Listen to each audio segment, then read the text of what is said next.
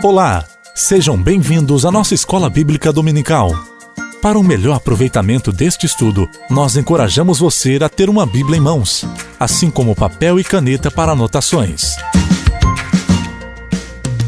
Agora junte-se a nós com o pastor Alexander Maia, ensinando a Palavra de Deus. Olá pessoal, sejam bem-vindos à nossa sala de aula virtual. Que a graça e a paz de Jesus Cristo, nosso Senhor e Salvador, sejam com todos. Na última semana, nós iniciamos o estudo das cartas que o apóstolo Paulo escreveu ao jovem pastor Timóteo, a quem se refere como verdadeiro filho na fé. Convertido ao cristianismo durante a primeira viagem missionária do apóstolo, Timóteo se tornou um dos seus principais colaboradores, até receber de Paulo a incumbência de cuidar da igreja em Éfeso. Não sabendo ao certo quando poderia visitar aquela igreja, Paulo percebe a necessidade de passar informações a Timóteo para ajudá-lo em seu ministério e por isso escreve esta primeira carta, falando do culto ao Senhor, do enfrentamento necessário aos que pregam falsas doutrinas, da liderança na igreja, das funções pastorais, entre outros assuntos. Todo esse conjunto de ensinamentos faz desta carta um verdadeiro manual de administração e organização da igreja, que abençoou as igrejas no primeiro século e continua ainda hoje a abençoar igrejas e ministros do Evangelho de Jesus. Tendo iniciado com doutrina, exigindo que Timóteo se opusesse ao falso ensino e permanecesse fiel à fé apostólica, como vimos na semana anterior, Paulo vai abordar a condução do culto público no capítulo 2, que passaremos a estudar agora. Você já deve estar com a sua Bíblia e bloco de anotações em mãos. Então vamos lá! Primeira carta de Paulo a Timóteo, capítulo 2, verso 1. Antes de tudo, recomendo que se façam súplicas, orações, intercessões e ações de graças por todos os homens, pelos reis e por todos os que exercem autoridade, para que tenhamos uma vida tranquila e pacífica, com toda a piedade e dignidade. Isso é bom e agradável perante Deus, nosso Salvador, que deseja que todos os homens sejam salvos e cheguem ao conhecimento da verdade. O primeiro assunto abordado por Paulo é a oração. Primeiro, o mais importante. Antes de tudo, refere-se não a uma prioridade de tempo, mas uma prioridade de importância, pois a igreja, essencialmente, é uma comunidade de culto e de oração. Paulo menciona 4 tipos diferentes de práticas no culto, que podem sugerir pequenas distinções entre elas. Primeiro ele diz: façam súplicas. Súplicas surgem de necessidades específicas e urgentes. Orações é uma palavra genérica para todo tipo de oração. Intercessões é um termo que combina a ideia de uma petição oferecida a um superior com a intimidade de um relacionamento entre pai e filho, não incluindo obrigatoriamente a apresentação das necessidades dos outros, e ações de graças, que tem aqui o seu lugar porque a expressão da gratidão precisa estar sempre mesclada com as nossas orações. Embora Paulo use esse conjunto de 4 palavras, todas elas enfocam em um único ponto, ou seja, elas devem ser feitas em favor de todos os homens e, em particular, por aqueles que governam, dos que exercem algum tipo de autoridade. Nosso autor ressalta aqui a dimensão da política e da cidadania. Para um cristão, é importante estar inteirado das coisas que acontecem, embora seja historicamente comprovado como desejável a separação entre política e igreja. Sabe o que me chama muita atenção nessa recomendação de Paulo? O fato de que Nero era o imperador de Roma à época, cuja presunção, crueldade e hostilidade para com a fé cristã era por todos conhecida. É mesmo interessante ver como a Bíblia é atual. Não importa quem é o governante da nação, precisamos orar por aqueles que estão à frente para que sejam tocados para exercer um governo justo. Em primeiro lugar e acima de tudo, para que tenhamos uma vida tranquila e pacífica.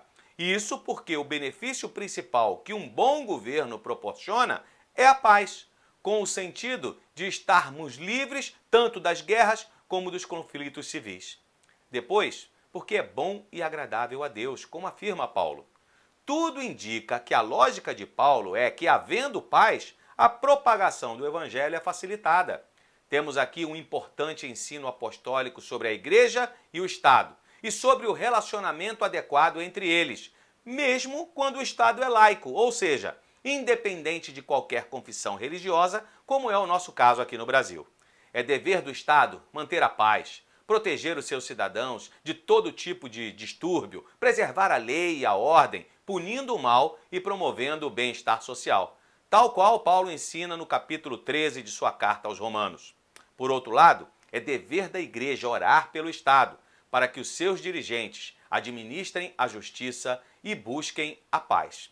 Acrescentando em sua intercessão ações de graças, especialmente pelas bênçãos de um bom governo como dádiva da graça de Deus para com todos. Nenhuma igreja que estava sendo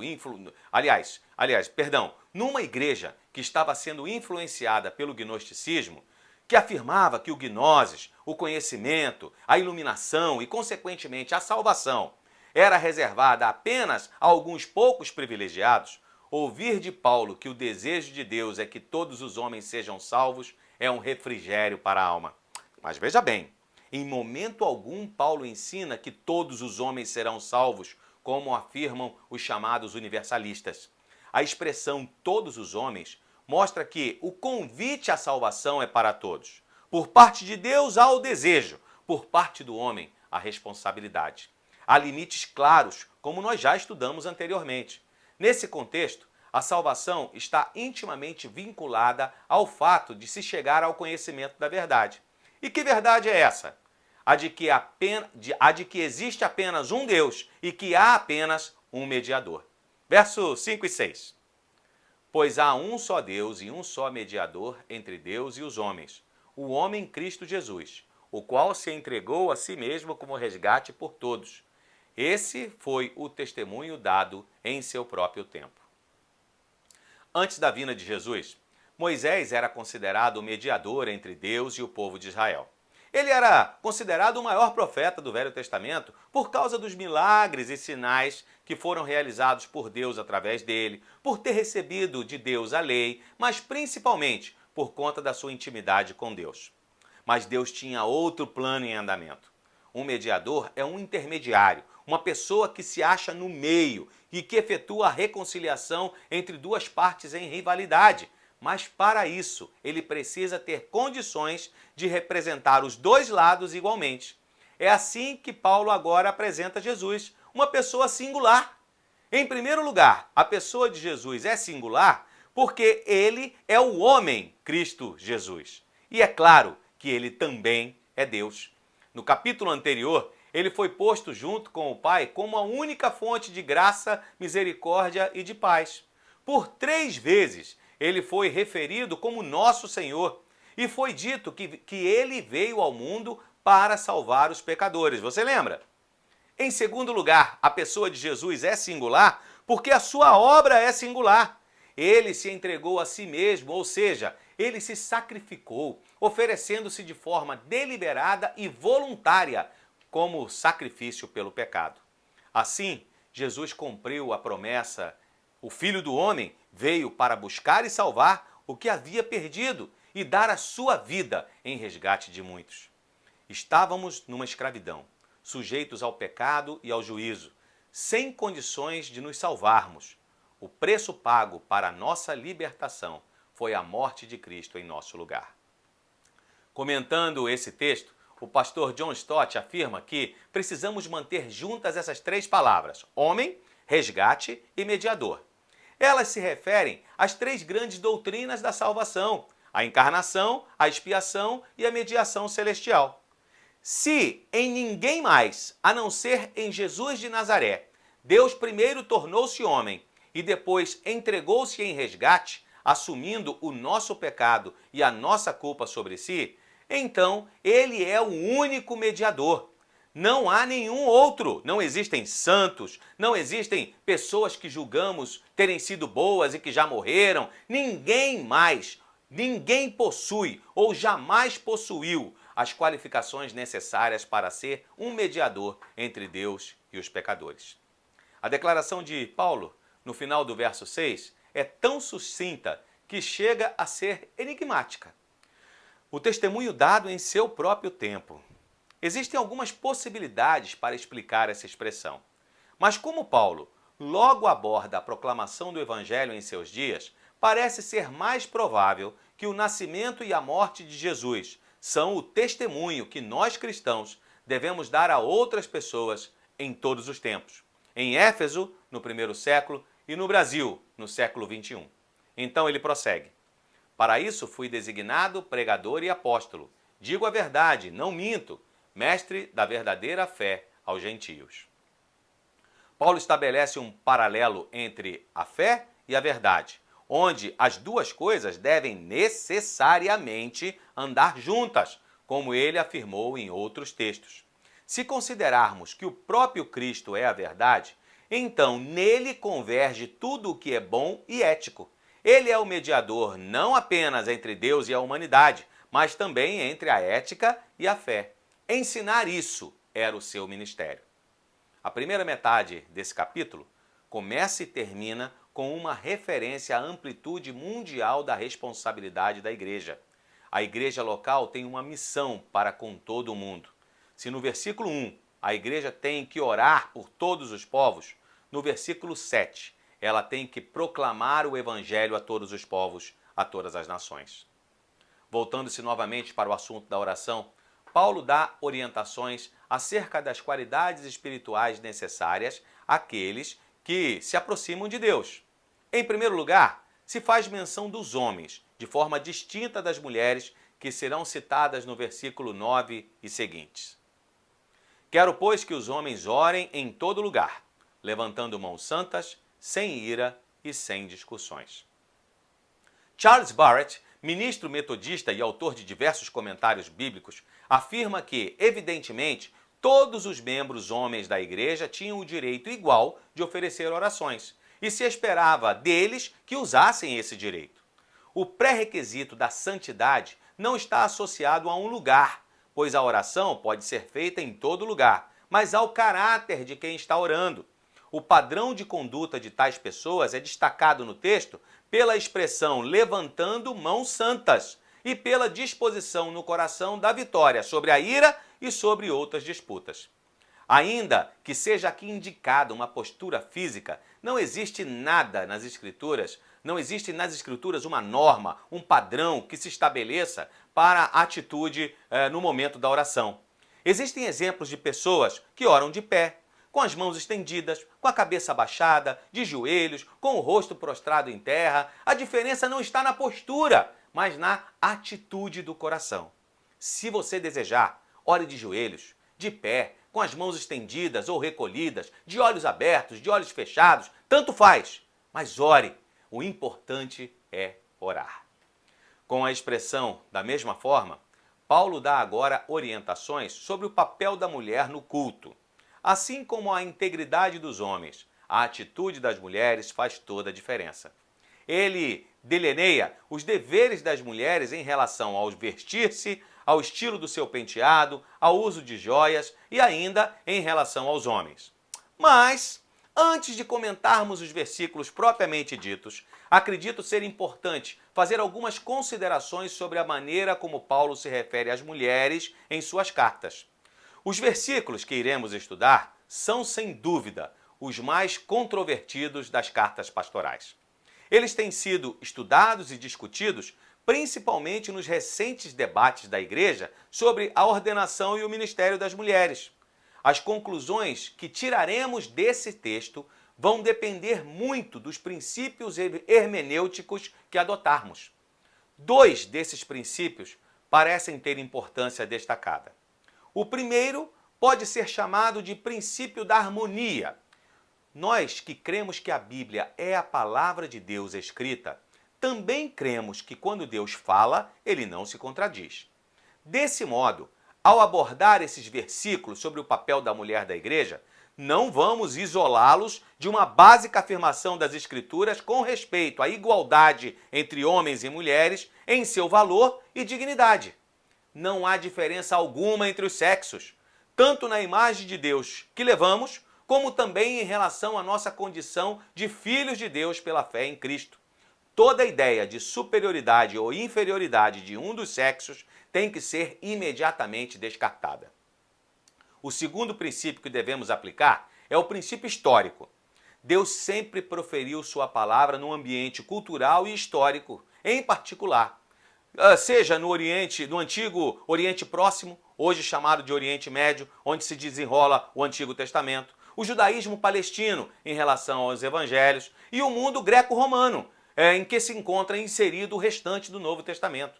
Nenhuma palavra de Deus foi proferida num vácuo cultural. Toda palavra foi dita dentro de um contexto, dentro de um determinado contexto cultural. Como fazer distinção entre uma verdade eterna e expressões culturais de uma determinada sociedade é óbvio, não é tarefa fácil. Alguns defendem que, pelo fato da forma cultural fazer parte da palavra de Deus, tais pessoas sentem-se que não têm condições de ceder em nada que de qualquer forma altere o texto. Desse modo, adotam uma postura literal rígida, considerando outras abordagens como fugas ao que a Bíblia ensina de forma tão clara. Outros, também perigosamente, caem no extremo oposto e desconsideram como inspiradas por Deus passagens como essa, que mostram um certo grau de expressões culturais, descartando assim verdades eternas que, na verdade, deveriam sim ser aplicadas aos cristãos em todos os tempos. Entre esses extremos, eu prefiro uma postura mais conciliatória, a da transposição cultural, também defendida pelo pastor John Stott, para não correr o risco de fazer uma aplicação literal da palavra de Deus, do tipo, se o teu olho direito te fizer pecar, arranque-o, ou deixar uma verdade bíblica de fora numa aplicação mais liberal. A transposição cultural nada mais é que discernir nas Escrituras o que é revelação de Deus em essência, isso é imutável, e o que é sua expressão cultural, esta sim pode mudar.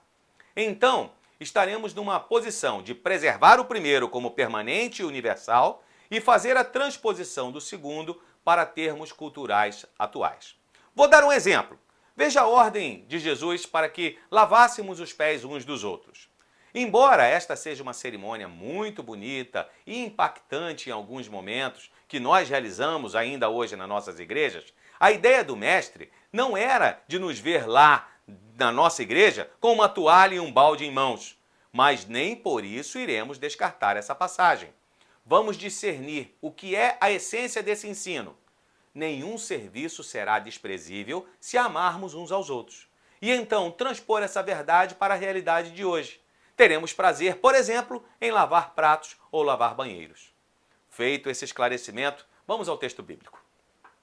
Da mesma forma, quero que as mulheres se vistam modestamente, com decência e discrição, não se adornando com tranças e com ouro, nem com pérolas ou com roupas caras, mas com boas obras, como convém a mulheres que declaram adorar a Deus.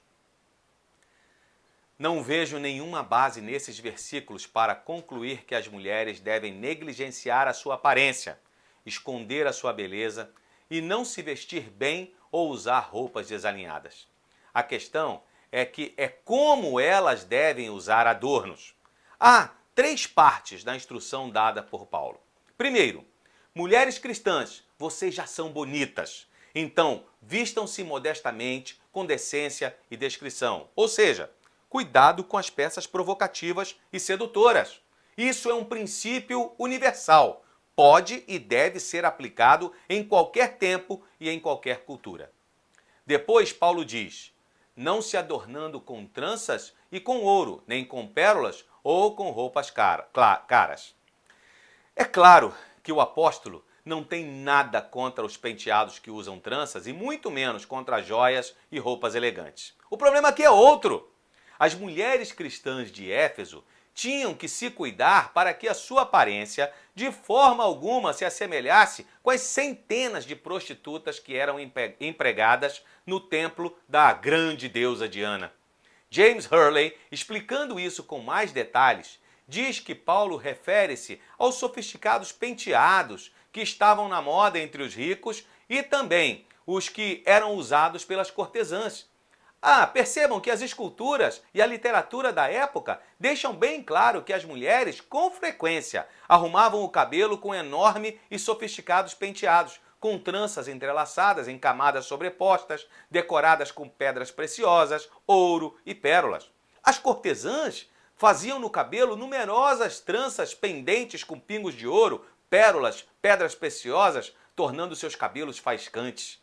Se esse estilo de penteado não era apropriado para as mulheres cristãs no primeiro século na Ásia Menor, não se pode dizer o mesmo com respeito a certas tribos africanas de hoje, nas quais mulheres cristãs têm preservado os seus penteados tradicionais, que fazem uso de complicados entrelaçamentos, mas que não são caros, não têm nenhuma conotação de ostentação, muito menos são sensuais. O que Paulo está enfatizando é que as mulheres cristãs devem enfeitar-se com vestes, penteados e artigos de joalheria que em sua cultura não sejam caros nem extravagantes, que sejam modestos, decentes e não sensuais. A terceira instrução de Paulo é que mulheres cristãs devem enfeitar-se com boas obras, ou literalmente, que sejam piedosas.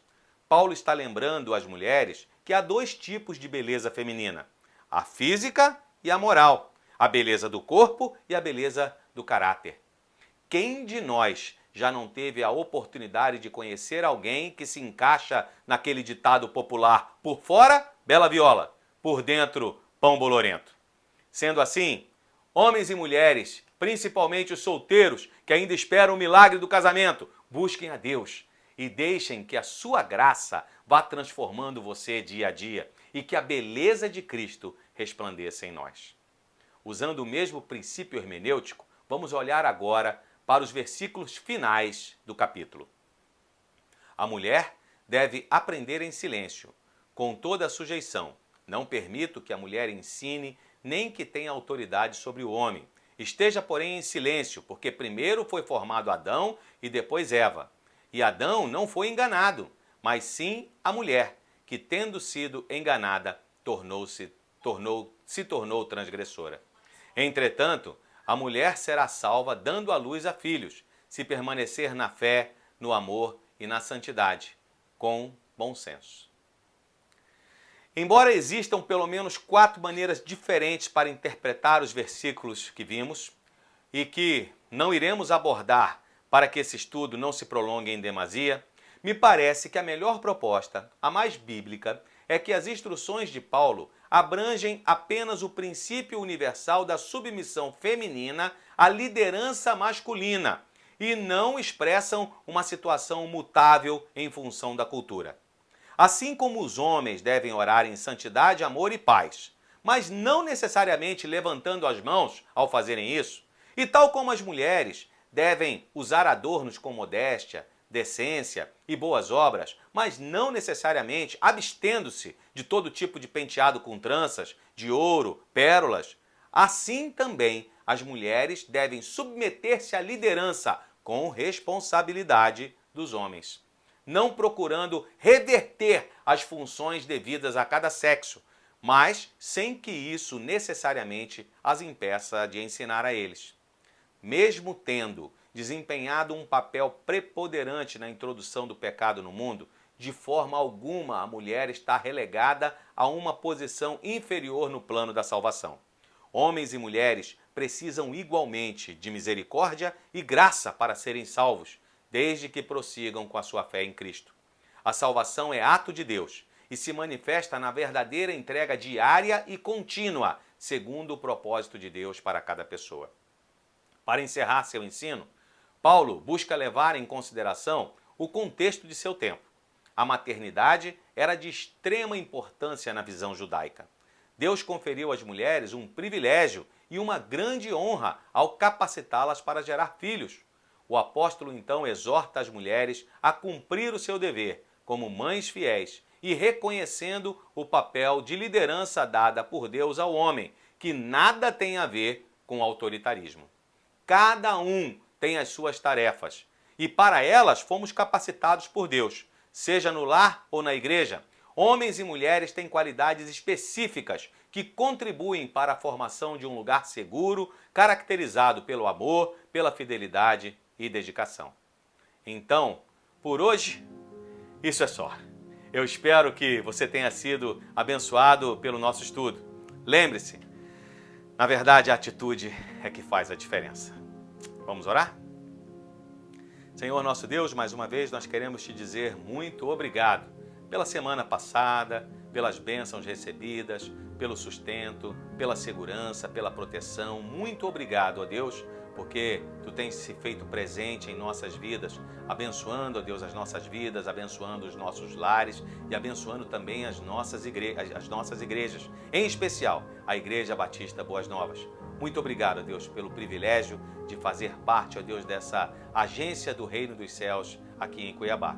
Queremos continuar pedindo a Tua orientação e a Tua direção para todas as atividades que nós desempenhamos. Obrigado, ó Deus, por essa sala de aula virtual, onde nós temos o privilégio de olhar com um pouco mais de cuidado para as Escrituras e perceber os detalhes em cada versículo que tanto contribuem para o nosso crescimento espiritual.